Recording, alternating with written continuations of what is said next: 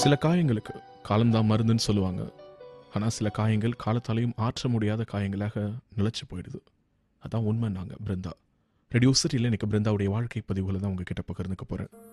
FM கேட்டுட்ருக்கீங்க. FM radio city 91.1. நான் உங்கள் ரேடியோ சிட்டி லவ் கரு. பிருந்தாவுடைய மின்னஞ்சலை தொடர்ந்து அவங்கள அழைத்து பேசினேன். நிறைய விஷயங்கள் மனம் விட்டு பேசினாங்க. அடிக்கடி ஷோ கேட்பேன் லவ் கரு. என்னுடைய மதர் டங் தெலுங்கு.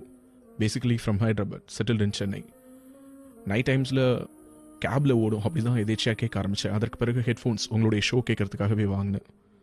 இப்போதைக்கு எனக்கு இருக்கக்கூடிய மிகப்பெரிய ஆறுதல் நீங்கள் மட்டும்தான். இதை சொல்லும்போது உங்களுக்கு ஒரு கிளீஷேவாக கூட தெரியலாம், ஏன்னா நிறைய பேர் உங்ககிட்ட சொல்லியிருப்பாங்க. But that's true. என்னுடைய தங்கை இங்கே தான் இருக்கா. என்னோட தம்பி சென்னையில் படிச்சுட்டு இருக்கான். பட் யார் கூடயும் பேசுறது கிடையாது. சொந்த ஊருக்கு போய் கிட்டத்தட்ட 3.5 வருடங்கள் ஆகுதுன்னாங்க. பிருந்தா கூட தொடர்ந்து பேசின விஷயங்களை தான் அடுத்து உங்க கூட பகிர்ந்துக்க போகிறேன். ஸோ ஸ்டே டியூன்டா இருங்க. நீங்கள் கேட்டுட்டு இருக்கிறது எஃப்எம்னா ரேடியோ சிட்டி 91.1. நான் உங்க ரேடியோ சிட்டி லவ் கரு. பிருந்தா போல நீங்களும் உங்களுடைய வாழ்க்கை பதிவுகளை லவ் குருவாக என்கிட்ட ஷேர் பண்ணிக்கணும்னு நினைச்சீங்கன்னா அதை loveGuru@myradiocity.com மெசேஜ் பண்ணுங்க. எஃப்எம்மோடு இணைந்திருக்கீங்க. எஃப்எம்னா ரேடியோ சிட்டி 91.1. நான் உங்க ரேடியோ சிட்டி லவ் கரு. பிருந்தா தொடர்ந்து பேசினாங்க. இன்ஜினியரிங் முடிச்சுட்டு சென்னையில் ஒரு நிறுவனத்தில் பிளேஸ் ஆனேன். அப்போவே அப்பா ரொம்ப ஃபீல் பண்ணார். ஹைதராபாத்லேயே ஏதாவது கம்பெனி பார்க்கலாமேனாரு. இல்லைப்பா, ஒரு 6 months அங்கே ஒர்க் பண்ணேன்னா அதுக்கு பிறகு ட்ரான்ஸ்ஃபர் வாங்கிட்டு வந்துடுவேன்னு. பட் ஜாயின் பண்ண வித்தின் 3 monthsக்குள்ளார ஒரு நல்ல அலையன்ஸ் வந்திருக்குது, பார்க்குறியான்னு சொல்லிட்டு ஃபோட்டோ அனுப்பியிருந்தாங்க மெயிலில். முதல்ல எனக்கு விருப்பமே இல்லை லவ் கரு. 2-3 நாள் இன்பாக்ஸ்லேயே இருந்தது, மெயில் ஓப்பன் பண்ணவே இல்லை. இவ்வளோ அவசரமாக எனக்கு எதுக்கு கல்யாணம்? இப்போ தான் தங்க படிச்சுட்டு இருக்கா, தம்பியும் படிக்கிறான். நானும் கொஞ்ச நாள் இந்த ஃபேமிலி ரெஸ்பான்சிபிலிட்டிஸ் எல்லாத்தையும் ஷேர் பண்ணிக்கிறேனேன்னு. அதெல்லாம் நான் பார்த்துக்கிறேம்மா, உனக்கு இது நல்ல வரனாக இருக்கும்னு தோணுது.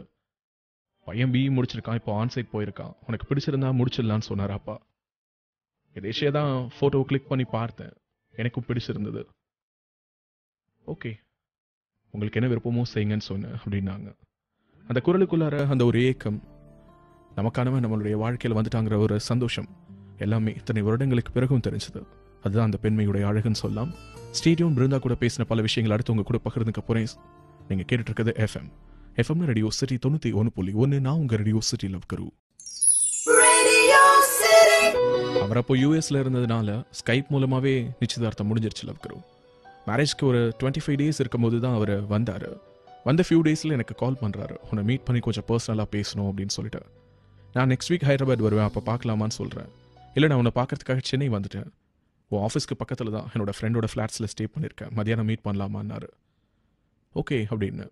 அம்மா அப்பா கிட்ட எதுவும் சொல்லிக்க வேணான்னாரு. நானும் எங்கள் அம்மா அப்பா கிட்ட எதுவும் இன்ஃபார்ம் பண்ணிக்கல. பட் மனசுக்குள்ளார ஏதோ தப்பாக தோணுச்சு. நாங்கள் பிருந்தா ரேடியோ சிட்டியில் எனக்கு பிருந்தாவுடைய வாழ்க்கை பதிவுகளை தான் உங்ககிட்ட பகிர்ந்துட்டு இருக்கேன். பிருந்தா தொடர்ந்து பேசினாங்க. என்னை பார்த்த உடனே அவர் சொன்ன முதல் வார்த்தை இந்த கல்யாணம் வேணாங்கிறது தான். இதை உங்கள் வீட்லேயே சொல்லியிருக்கலாமே என்ன? இல்லை, நான் சொன்னால் கண்டிப்பாக எங்கள் வீட்டில் ஸ்டாப் பண்ண மாட்டாங்க. பட் உன் சைட்லேருந்து கொஞ்சம் ப்ரெஷர் வந்ததுன்னா அவங்க அதை அக்செப்ட் பண்ணிக்குவாங்க. Can you please do this favour for மீன்னாரு. என்ன காரணம்லாம் நான் கேட்கல லவ் கரு. நம்மளை வேணும்னு சொல்கிறவங்க கிட்ட தான் என்ன என்கிட்ட பிடிச்சிருக்குதுன்னு சொல்லி கேட்கலாம். நம்மளை பிடிக்கலன்னு சொல்கிறவங்க கிட்ட ஏன் என்ன பிடிக்கலன்னு கேட்டால் அவங்க சொல்லக்கூடிய ஒரு காரணம் நம்மளை ரொம்ப காயப்படுத்துறதா கூட இருக்கலாம் இல்லையா? எனக்கு அதுக்கு மேலே காயப்பட தோணலை. பட் என்னுடைய அம்மா அப்பா கிட்ட என்ன சொல்கிறதுன்னு எனக்கு சத்தியமாக தெரியல. அவர்கிட்ட நானும் எவ்வளவோ சொல்லி பார்க்குறேன், தயவு செய்து நீங்களே சொல்லிடுங்களேன் என்னுடைய அம்மா கிட்டையும் அப்பா கிட்டையும்னா ப்ளீஸ் எனக்காக இதை பண்ணுங்கிறாரு. என்ன சொல்கிறதுன்னு தெரியல லவ் கரு. ஒரு மாதிரி இடிச்சு போய் உட்காந்துட்டேன். நாங்கள் என்ன காரணமாக வேண்டுமானாலும் இருக்கலாம், அந்த காரணங்களை இப்போ தேடுறதுல எந்த விதமான பயனும் இல்லை. பட் அப்படிப்பட்ட ஒரு சூழலில் பிருந்தா அதை எப்படி ஃபேஸ் பண்ணாங்க அதை பற்றி தான் தொடர்ந்து பேசினாங்க. தெரிஞ்சுக்கலாம். ஸ்டேடியம் நீங்கள் கேட்டுட்டு இருக்கிறது எஃப்எம்னா radio city. Radio city love guru நிகழ்ச்சியை ஆன்லைன் மூலமாக கேட்க லாகின் பண்ணுங்க planetRadiocity.com. அங்கே ரேடியோ சிட்டி தமிழ் என்ற வெப் ரேடியோக்கான லிங்க் இருக்குது. அதை கிளிக் பண்ணீங்கன்னா உலகத்தின் அனைத்து மூலைகளிலிருந்தும் நீங்கள் ரேடியோ சிட்டி லவ் குரு நிகழ்ச்சியை கேட்க முடியும். எஃப்எம் கேட்டுட்டு இருக்கீங்க. எஃப்எம்னா ரேடியோ சிட்டி. இன்னைக்கு நம்முடைய நிகழ்ச்சியில் பிருந்தா என்ற தோழியின் வாழ்க்கை பதிவுகளை தான் உங்ககிட்ட பகிர்ந்துட்டு இருக்கேன். ஹைதராபாத்தை சேர்ந்தவங்க சென்னையில் வந்து செட்டில் ஆகி கிட்டத்தட்ட 3.5 வருடங்கள் ஆகுது. அவங்களுக்கு திருமண ஏற்பாடும் அவங்க இங்கே சென்னைக்கு வந்த 2 மாதங்கள்லேயே நடந்திருக்குது. பையன் ஆன் சைட்டில் ஒர்க் பண்ணிட்டு இருக்கான் அப்படின்னு சொல்லிட்டு ஸ்கைப் மூலமாகவே நிச்சயதார்த்தம் வரைக்கும் முடிஞ்சிருக்குது. திருமணத்திற்கு 25 நாட்கள் முன்னதாக யூஎஸ்லேருந்து வந்தவர் பிருந்தாவை சென்னையில் வந்து மீட் பண்ணி இந்த கல்யாணத்தை எப்படியாவது ஸ்டாப் பண்ணி என் சைட்லேருந்து சொன்னேன்னா என்னுடைய பேரண்ட்ஸ் கேட்க மாட்டாங்க, உன் சைட்லேருந்து ப்ரெஷர் கொடுன்னு சொல்லியிருந்திருக்கிறாரு. அதற்கு பிறகு நடந்த நிகழ்வுகள் என்ன அதை பற்றி தான் பிருந்தா பேசினாங்க. அம்மா கிட்ட எப்படி சொல்கிறதுன்னு தெரியல. இன்னொரு பக்கம் இன்விடேஷன்ஸ் எல்லாம் கொடுக்க ஆரம்பிச்சிட்டாங்க. இதற்கு மேலேயும் சொல்லாமல் இருக்கிறது சரியில்லைன்னு தோணுச்சு. எனக்கு இந்த கல்யாணம் பிடிக்கல, ஸ்டாப் பண்ணுங்கன்னு. உனக்கு என்ன பைத்தியம் கீத்தியம் பிடிச்சிருச்சா? ஆல்ரெடி 200 இன்விடேஷனுக்கு மேலே இஷ்யூ பண்ணிட்டோம். என்ன நினச்சிட்டு இருக்கேன்னு அப்பா காய்ச்சி மூச்சுன்னு கத்துனாரு. இல்லைப்பா எனக்கு பிடிக்கலன்னு சொல்லிட்டு ஃபோனை கட் பண்ணிட்டேன். அப்படி காலைல 3:30 மணிக்கு ஃபோன் வருது, அப்பாவுக்கு mild heart attack, hospital admit பண்ணியிருக்கோம், உடனே கிளம்பி வான்னு. நீங்கள் இருந்து கிளம்பி ஓடுறேன் லவ் குரு. அப்பாவை ஐசியூவில் வச்சுட்டு அம்மா தம்பின்னு எல்லாரும் பரிதவிச்சு நின்றுட்டு இருக்காங்க. அவருடைய ஃபேமிலி சைட்லேருந்து அவங்க அப்பா அம்மாலாம் வந்திருந்தாங்க. ஆனால் அவரை மட்டும் காணும். என்ன சொல்கிறதுன்னு தெரியல. எனக்குள்ளாரியே அழுதபடி நின்றுட்டு இருந்தேன். நாங்கள் எந்த ஒரு பெண்ணும் கடந்து வர முடியாத ஒரு சுச்சுவேஷன் இது. அந்த கஷ்டமான சுச்சுவேஷன் எப்படி கடந்து வந்தாங்கிறத தெரிஞ்சுக்கலாம். ஸ்டேடியம் நீங்கள் கேட்டுட்டு இருக்குது எஃப்எம் ரேடியோ சிட்டி. எஃப்எம் கேட்டுட்டு இருக்கீங்க. FM radio city 91.1. நான் உங்கள் ரேடியோ சிட்டி லவ் கரு. இன்னைக்கு நம்முடைய ஷோவில் பிருந்தா என்ற தோழியின் வாழ்க்கை பதிவுகளை தான் உங்ககிட்ட பகிர்ந்துட்டு இருக்கேன். பிருந்தா தொடர்ந்து பேசினாங்க. ஒரு வாரம் அப்பா தொடர்ந்து ஐசியூவில் தான் இருந்தார். அதுக்கு பிறகு தான் வீட்டுக்கு டிஸ்சார்ஜ் பண்ணி கூட்டிட்டு போனோம் லவ் கரு. வீட்டுக்கு வந்த உடனே என்னுடைய அப்பா என்கிட்ட கேட்ட முதல் வார்த்தையே, ஏமா நீ ஒரு பையனை லவ் பண்ணினா என்கிட்ட சொல்லியிருக்கலாமேன்னாரு. அப்பா என்ன சொல்கிறீங்க? நான் யாரையும் லவ் பண்ணலப்பான்னு. என்னம்மா அந்த பையன்கிட்ட ஃபோன் பண்ணி இந்த கல்யாணத்தை நிறுத்துங்க நீ தானம்மா சொல்லியிருக்கிற? அப்படி தானப்பா அவங்க வீட்லேருந்து வந்து என்கிட்ட சொன்னாங்க. அதை கேட்ட பிறகு தான் அப்பாவால் தாங்கிக்க முடியல. வேறு எந்த காரணம் சொல்லியிருந்தாங்கனாலும் ஓகே அப்படின்னு விட்டுட்டு போயிருந்திருப்பேன். பட் என் பொண்ணுடைய மனசுக்குள்ளார ஒருத்தன் இருக்கான்னு தெரிஞ்சும் அதை கூட உணர முடியாத ஒரு அப்பாவை நான் இருந்துட்டேனுங்கிற ஒரு எண்ணம், அந்த ப்ரெஷர் என்னை போட்டு அழுத்திருச்சுன்னாரு. உடஞ்சி அழ ஆரம்பிச்சிட்டேன் லவ் கரு. அப்பா சத்தியமாக சொல்கிறேன், நான் அப்படி எதுவுமே சொல்ல. அவர் தான் என்னை நேராக சென்னையில் வந்து பார்த்து இந்த கல்யாணத்தை நிறுத்துன்னு சொன்னார். பட் அவங்க வீட்டில் போயிட்டு என்ன கன்வே பண்ணாருன்னு எனக்கு தெரியல. நான் யாரையும் லவ் பண்ணலப்பா. என் மனசு முழுக்க நீயும் அம்மாவும் மட்டும்தான் இருக்கேன்னு அப்பாவை கட்டிக்கிட்டு அழறேன். பட் தெரியல லவ் கரு, எங்கள் அப்பா அந்த மாதிரி கேட்ட அந்த மோமெண்ட்டே என்னமோ மாதிரி ஆயிடுச்சு. அதற்கு பிறகு எங்கள் அப்பா அம்மா யாரையுமே ஃபேஸ் பண்ண பிடிக்கலன்னாங்க. என்ன காரணம்னு தெரியல, மனசுக்குள்ளார ஒரு குற்ற உணர்ச்சி அப்படியே மேக்னிஃபை ஆகி இன்னைக்கு அது மிகப்பெரிய அளவில் இருக்குது, விஸ்வரூபம் எடுத்து நிற்குது. அப்பா ஹெல்த் வைஸ் ரொம்ப பாதிக்கப்பட்டார். அதுக்கு காரணம் நான் தான். அம்மா நல்லது கெட்டது எதுக்குமே போக முடியல. வெளியில் போனாலே சொந்தக்காரங்க எல்லாரும் உங்கள் பொண்ணு தான் அந்த கல்யாணம் வேணான்னு சொல்லி ஸ்டாப் பண்ணலாமேன்னு கேட்குறாங்க. அம்மாவால் பதில் சொல்ல முடியாமல் தவிக்கிறாங்க. என்னால் என்னுடைய தங்கையுடைய வாழ்க்கை என்னவாகுங்கிற பயம். என் தம்பியுடைய ஃப்ரெண்ட்ஸ் எல்லாம் அவன்கிட்ட கேட்ட கேள்வியெல்லாம் யோசிச்சுக்கிட்டு அவனால் வெளியில் போக முடியாமல் ஒரு வாரம் தவிச்சு வீட்டிலேயே கிடந்தான். இப்படி ஒட்டுமொத்த குடும்பத்துக்கும் பெயின் கொடுத்துட்டேன் அப்படிங்கிற ஒரு எண்ணமா என்னன்னு எனக்கு தெரியல. எல்லாரை விட்டும் தனிமைப்படுத்திக்கிட்டு இன்னைக்கு நானும் என்னையும் போட்டு படுத்துட்டு இருக்கேன். எதுக்கு இப்படிப்பட்ட ஒரு வாழ்க்கைங்கிற மாதிரி ஃப்ரஸ்ட்ரேஷனுடைய உச்சத்தில் இருக்கேன்னு சொல்லி அவங்களுடைய மின்னஞ்சலை நிறைவு செய்திருந்தாங்க. ஒரே ஒரு வார்த்தை சொல்லணும்னு நினைக்கிறேன் பிருந்தா, எந்த ஒரு இடத்துலுமே இதில் உங்கள் மேலேயோ உங்களுடைய ஃபேமிலி மேலேயோ தப்பே இல்லை. தப்பு ஆக்சுவலாக அந்த பையன் மேலே இருக்குது. அவருடைய விருப்பம் என்னங்கிறது அவருடைய அம்மா அப்பா கிட்ட தான் வந்து சொல்லியிருக்கணுமே தவிர உங்ககிட்ட அவர் வந்து சொன்னதே தப்பு. சரி ஓகே, அவருக்கு ஏதோ ஹெல்ப் பண்ணலாங்கிற தாட்டில் நீங்கள் செய்தது எந்த அளவுக்கு ஒரு விளைவுகளை ஏற்படுத்திருக்குதுன்னு பாருங்கள். பட் எனிவே, இதற்காக நீங்கள் ஏன் உங்களுடைய அம்மா அப்பா கிட்ட பேசாமல் இருக்கணும்? தனிமைங்கிறது சில நேரங்களில் மருந்து, ஆனால் சில நேரங்களில் அது ஒரு கொடிய விஷம் மாதிரி. அந்த தனிமைங்கிற வலியை உணர ஆரம்பிச்சிட்டோன்னு வச்சுக்கோங்களேன், அந்த வலிக்கு அடிக்ட் ஆக ஆரம்பிச்சிருவோம். தயவு செய்து இப்படி தனிமைப்படுத்திக்காதீங்க. உங்களுக்கு ஒரு அழகான குடும்பம் இருக்குது, அம்மா இருக்காங்க, அப்பா இருக்காங்க, தம்பி தங்கைன்னு எவ்வளோ ஒரு பிளெஸ்டு ஃபேமிலி. அம்மா அப்பா கிட்ட உட்காந்து பேசுங்க, இந்த இறுக்கத்தை உடைங்க. இது மாதிரியான இறுக்கங்கள் தான் பல உறவுகளை சிதைச்சு சின்ன பின்னமாக்குறது. தயவு செய்து இந்த இறுக்கத்தை உடைங்க. 3.5 வருட காலம் அப்படிங்கிறது வாழ்க்கையில் எவ்வளோ சந்தோஷமான மொமெண்ட்ஸை கொடுத்துருக்கணும் உங்களுக்கு. அது எல்லாத்தையும் இழந்திருக்கீங்க. இனியும் இழக்கணுமா அப்படிங்கிறத உங்களுக்குள்ளார அழுத்தமாக ஒரு கேள்வியாக கேட்டுக்கோங்க. தயவு செய்து அம்மா அப்பா கிட்ட உட்காந்து பேசுங்க. அவங்க எப்படி பார்த்தாலும் உங்களுடைய அம்மா உங்களுடைய அப்பா. கண்டிப்பாக இந்த மிஸ் அண்டர்ஸ்டாண்டிங்ஸ் எல்லாம் உட்காந்து பேசுனீங்கன்னா சரியாகக்கூடியது மட்டும்தான். அண்ட் அவங்களுக்கு சந்தோஷம் கொடுக்கணும்னு நினச்சிங்கன்னா சீக்கிரமாகவே உங்களுடைய மனதை மாற்றிக்கிட்டு ஒரு நல்ல வரனா அவங்கள பார்க்க சொல்லியோ அல்லது நீங்களே பார்த்தோ கூட டிசைட் பண்ணுங்கள். And all the best. நீங்கள் செய்வீங்கிற நம்பிக்கை எனக்கு நிறையவே இருக்குது. இந்த நிகழ்ச்சிக்கு உங்களுடைய வாழ்க்கை பதிவுகளை மின்னஞ்சல் அனுப்புறதுக்கு ரொம்பவே நன்றி பிருந்தா. தேங்க்யூ. நான் சென்னைக்கு வந்தது சரியாக 14 வருஷத்துக்கு முன்னாடி. ஆமாம், 2000 வந்தேன். ஜஸ்ட் ஒரு மாதம் வெக்கேஷனை ஸ்பெண்ட் பண்ணுறதுக்காக. நான் பிரகாஷ் ரேடியோ சிட்டியில் இன்றைக்கி பிரகாஷுடைய வாழ்க்கை பதிவுகளை தான் உங்ககிட்ட பகிர்ந்துக்க போகிறேன். எஃப்எம் கேட்டுட்ருக்கீங்க. FM radio city 91.1. அத்தை வீடு புருஷவாக்கத்தில் இருந்தது லவ் கரு. ஸோ 10th வெக்கேஷனுக்காக வந்திருந்தேன். அத்தை வீட்டுக்கு எதிர் வீட்டில் தான் நான் முதல்ல சந்தியாவை பார்த்தேன். டெனண்டாக தான் அங்கே தங்கியிருந்தாங்க. பார்த்த உடனே பிடிக்கும்ல சில பேர், அந்த மாதிரி தான். என்னோட அத்தை பையன் அப்போ கிட்ட கேட்டேன், டேய் யார் அது அப்படின்னு. வேணாம் பிரகாஷ், இது ஒத்து வராதுன்னா. டேய் யார்டான்னு தானடா கேட்டேன், நீனாவே முடிவு பண்ணிட்டு அதுக்குள்ளாரையுமே ஜஸ்ட் யாருன்னு சொல்லு, மற்றதெல்லாம் நான் பார்த்துக்கிறேன்னு. என்ன எதுன்னு விசாரித்தேன். அப்போ அவங்க 9th ஸ்டாண்டர்ட் படிச்சுட்டு இருந்தாங்க. அண்ட் அப்பவும் அவங்களும் ஒரே ஸ்கூல், இன்னும் சொல்ல போனால் ஒரே கிளாஸ். அதனால எனக்கு கொஞ்சம் இவன் மேலே டவுட் கூட இருந்தது, என்னடா நீ ஏதாவது ரூட் போடுறியான்னு.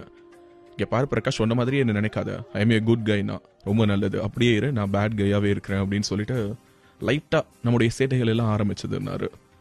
ஸ்ட்ரீட்டில் கிரிக்கெட் ஆட ஆரம்பித்தோம். அடிக்கடி பால் அவங்களுடைய காம்பவுண்ட் உள்ளார போய் விழுந்துடும், நான் தான் உள்ளார போவேன். பால் வாங்குற மாதிரி அவங்க கிட்ட பேச்சு கொடுக்க ஆரம்பித்தேன். ஜஸ்ட் ஒரு சின்ன நட்பு, அதுதான் ஸ்டார்டிங் பாயிண்ட்னு கூட சொல்லலாம். பிடிச்சிருந்தது. பார்த்த உடனே ஒரு ஸ்பார்க் மனசுக்குள்ளார. அந்த வயசில் என்ன தெரியும் அப்படின்லாம் இந்த நிமிஷம் வரைக்கும் திரும்பி பார்த்து அதை அனாலிசிஸ் பண்ணி பார்க்கலாம் மனசு இடம் கொடுக்க மாட்டேங்குது. பட் அந்த உணர்வு அப்போதைக்கு என்ன அப்படியே மிதக்க வச்சது லவ்கரு. ஏதோ இந்த உலகமே காலுக்கு கீழே இருக்கிற மாதிரியான ஒரு உணர்வு. எனக்காக ஒருத்தி பிறந்திருக்காடா, அது இவதாண்டா அப்படிங்கிற மாதிரியான ஒரு ஃபீலிங் அது கொடுத்ததெல்லாம் இட்ஸ் அ ஃபர்ஸ்ட் டைம் என்னுடைய வாழ்க்கையில் நான் அப்படிப்பட்ட உணர்வுகளை உணர்ந்து பார்க்கிறேன்.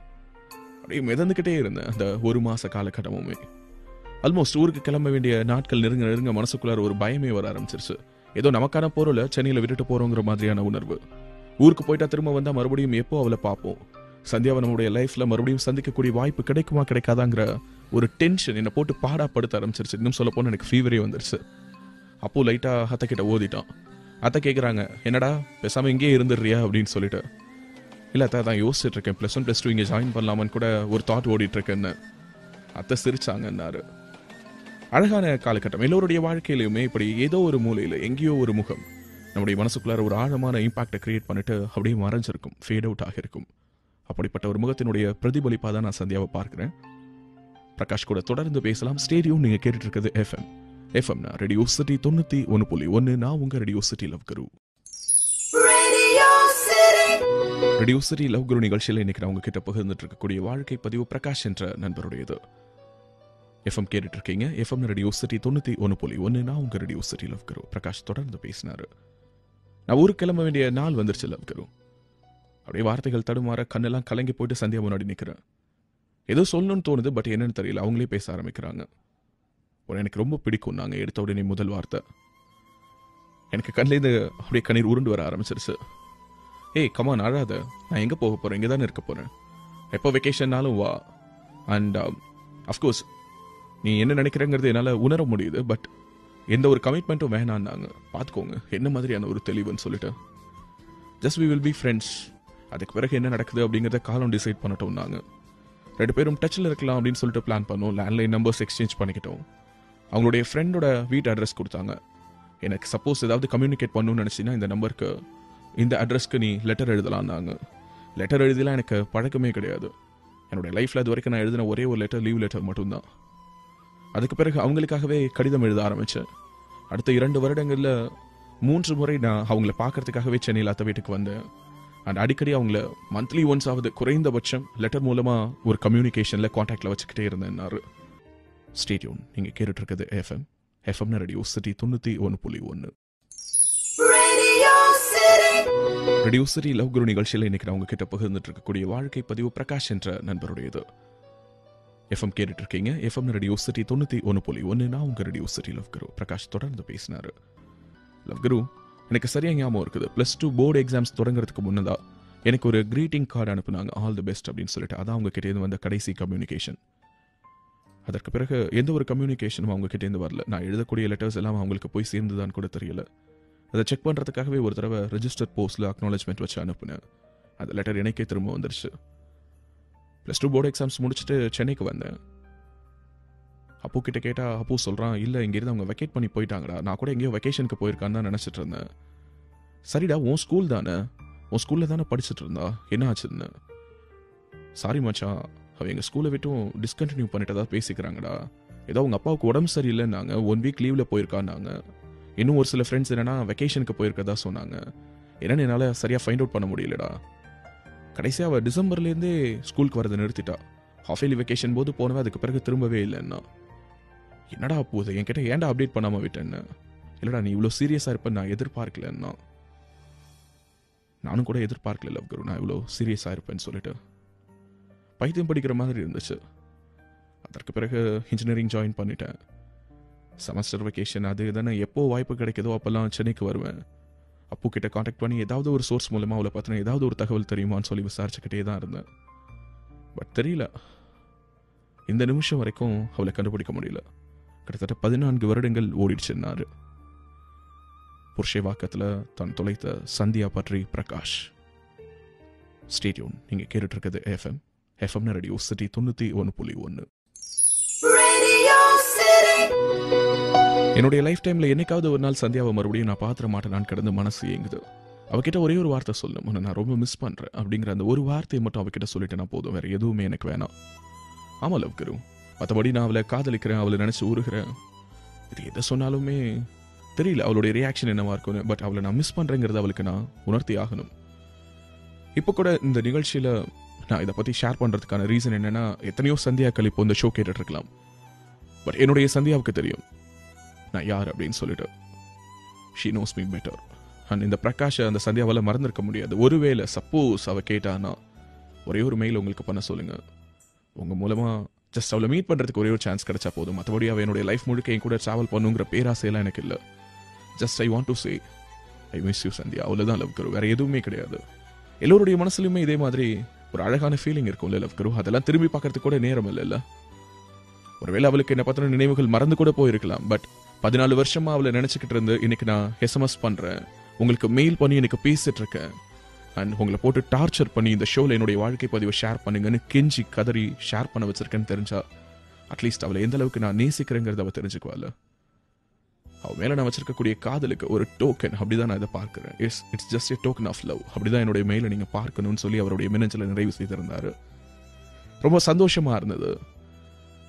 உயிருக்குயிரா நேசிச்சு காதலிச்ச நபர்களையே மறந்துட்டு எல்லாத்தையும் ஒரு நிமிஷத்துல உதறி தள்ளிட்டு போகக்கூடிய நபர்கள் இருக்கக்கூடிய அதே உலகத்துல தான் இப்படிப்பட்ட அழகான பசுமையான நினைவுகளை கொடுத்த நண்பர்களுக்காக, தோழிகளுக்காக உருகி உருகி அவங்கள தேடி அலையக்கூடிய ஜீவன்களும் இருக்காங்க அப்படின்னு நினைக்கும் போது காதல், அன்புங்கிற வார்த்தைகளுக்கு மேல இருக்கக்கூடிய அந்த மரியாதை கூடுதுன்னு சொல்லலாம். வேற என்ன சொல்றதுன்னு தெரியல. அண்ட் ஒருவேளை சந்தியா நம்முடைய ஷோ கேட்டுட்டு என்ன காண்டாக்ட் பண்ணாங்கன்னா அதை விட மிகப்பெரிய சந்தோஷமோ விருதோ வேற எதுவுமே கிடையாது இந்த லவ் குருக்குன்னு இந்த நேரத்தில் அழுத்தமாக சொல்ல ஆசைப்படுறேன் பிரகாஷ். ஸ்டேடியம் நீங்கள் கேட்டுட்டு இருக்கிறது எஃப்எம்னா ரேடியோ சிட்டி 91.1. நான் உங்க ரேடியோ சிட்டி லவ் குரு. ரேடியோ சிட்டி லவ் குரு நிகழ்ச்சியை ஆன்லைன் மூலமாக கேட்க லாக் பண்ணுங்க planetRadioCity.com. அங்கே ரேடியோ சிட்டி தமிழ் என்ற வெப் ரேடியோக்கான லிங்க் இருக்கு, அதை கிளிக் பண்ணீங்கன்னா தினசரி மதியம் 2 மணியிலிருந்து 4 மணி வரைக்கும், இரவு 9 மணியிலிருந்து 11 மணி வரைக்கும் லவ் குரு நிகழ்ச்சி நீங்க கேட்க முடியும். ரேடியோ சிட்டி லவ் குரு வகை என்கிட்ட நீங்க கேட்கணும்னு நினைக்கக்கூடிய உணர்வுகள் சார்ந்த, உறவுகள் சார்ந்த கேள்விகள் எதுவாக இருந்தாலும் அதை loveguru@myradiocity.com மின்னஞ்சல் பண்ணுங்க. எஃப்எம்மோடு இணைந்திருக்கீங்க. FM radio city.